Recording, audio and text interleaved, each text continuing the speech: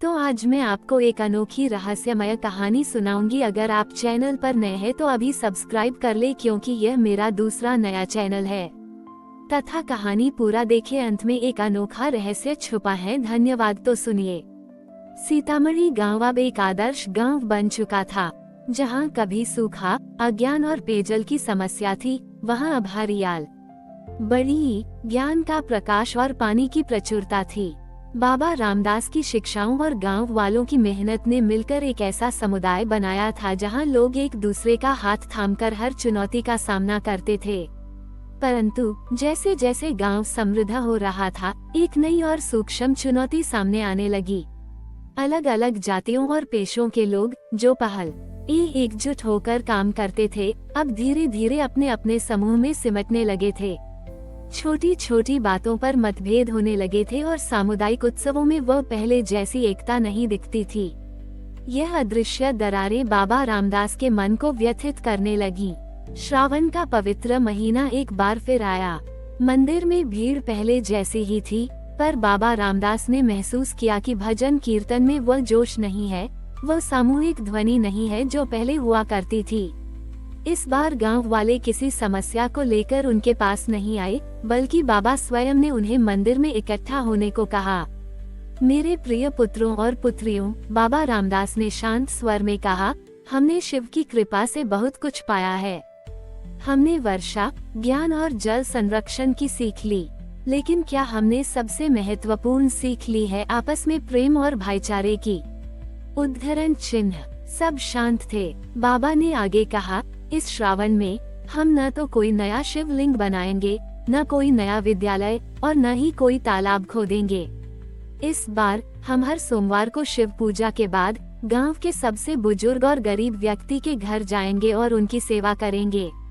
हम सब मिलकर उनके घर की सफाई करेंगे, उनके लिए भोजन बनाएंगे और उनकी जरूरतों का ध्यान रखेंगे।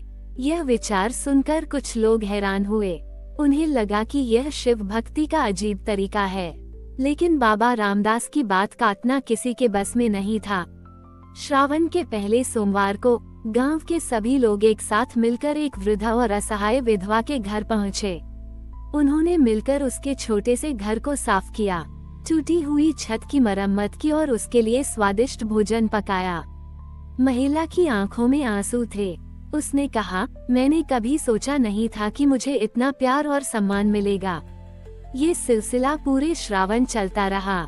हर सोमवार को गांव के अलग अलग समूह मिलकर किसी बुजुर्ग या जरूरतमंद के घर जाते, उनकी सेवा करते और उनके साथ समय बिताते। उन्होंने देखा कि हर घर में, हर व्यक्ति के पास अपनी कहानियां थीं, अपनी खुशियां थीं और अपने दुख भी।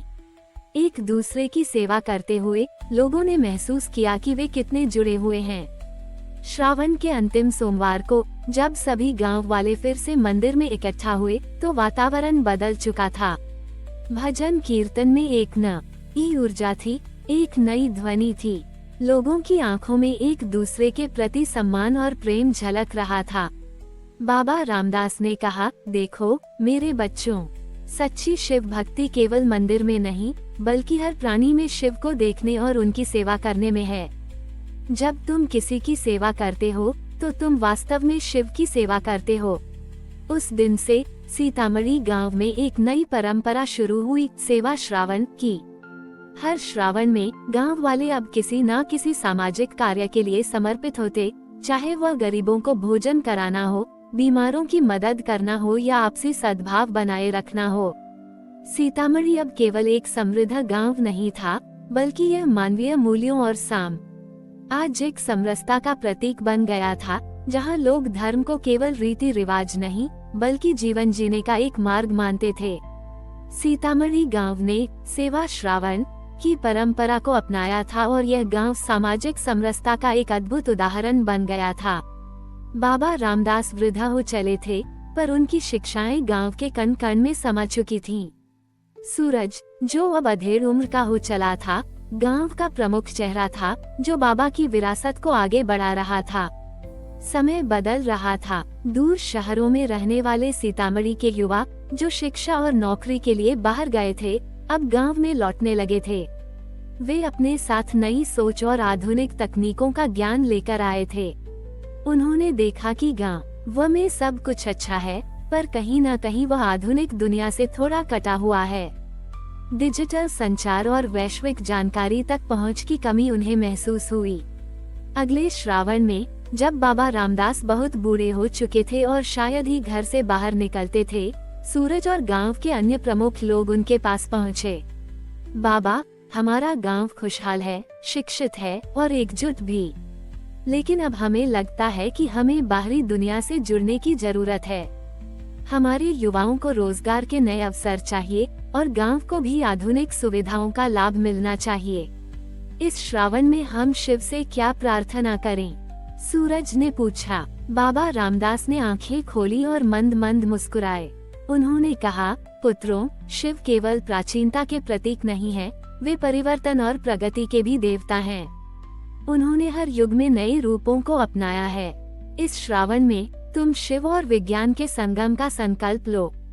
बाबा ने समझाया, इस बार श्रावण के हर सोमवार को तुम सब मंदिर में पूजा के बाद गांव में एक ज्ञान केंद्र बनाने की योजना बनाओगे।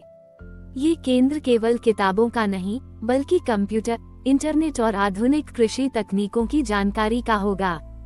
तुम शिव से प्रार्थना करोगे कि वे तुम्हें इस आधुनिक ज्ञान को गांव में लाने की शक्ति दें। यह विचार बिल्कुल नया था। कुछ बुजुर्गों को संदेह हुआ कि यह शिव भक्ति के अनुरूप नहीं है, लेकिन युवा बहुत उत्साहित थे। सूरज ने सबको समझाया, ये भी सेवा ही है। अगर हमारे युवा आधुनिक ज्ञान से जुड़ेंगे तो वे गांव को और भी समृद्ध बना सकेंगे। श्रावण के हर सोमवार को शिव पूजा के बाद गांव वाले और विशेष रूप से युवा ज्ञान केंद्र के लिए जगह चुनने और उसके लिए धन जुटाने की योजना बनाने में जुट गए। उन्होंने शहरों में रहने वाले अपने दोस्तों और रिश्तेदारों से भी मदद मांगी। जय विज्ञान, जय महादेव के नए नारे गूंजने लगे। श्रावण मास के अंत तक गांव में एक पुरानी पंचायत भवन को आधुनिक ज्ञान केंद्र में बदलने की ठोस योजना तैयार हो चुकी थी। अगले कुछ महीनों में उस केंद्र में कंप्यूटर लगाए गए, इंटरनेट कनेक्शन आया और गांव के युवाओं ने दूसरों को प्रशिक्षित करना शुरू कर दिया। बाबा रामदास अपने अंतिम दिनों में उस ज्ञान केंद्र का उद्घाटन करने आए।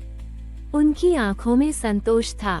उन्होंने कहा, देखो मेरे बच्चों, शिव हमेशा हमें सिखाते हैं कि हमें समय के साथ बदलना चाहिए, लेकिन अपनी जड़ों को नहीं भूलना चाहिए।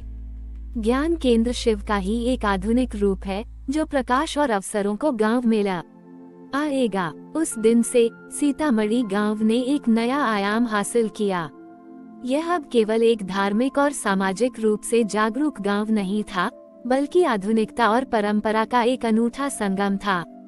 गांव के युवा अब ऑनलाइन शिक्षा प्राप्त कर सकते थे, किसान मौसम की जानकारी और आधुनिक खेती के तरीके जान सकते थे और गांव पूरी दुनिया से जुड़ चुका था। श्रावण का महीना अब केवल भक्ति और सेवा का ही नहीं, बल्कि ज्ञान और प्रगति के नए संकल्पों का भी प्रतीक बन गया था, जहां शिव भक्ति ने गांव को हर बदलते युग में आगे बढ़ने की प्रेरणा दी। हमारी और भी आध्यात्मिक एवं अनोखी कहानियां देखने के लिए हमारे चैनल पर जाएं तथा धार्मिक एवं पौराणिक अनोखी कहानियां हमारे चैनल पर है। कृपया जाके देखें तथा हमारे चैनल को सब्सक्राइब करके रखें और वीडियो लाइक जरूर करें। धन्यवाद।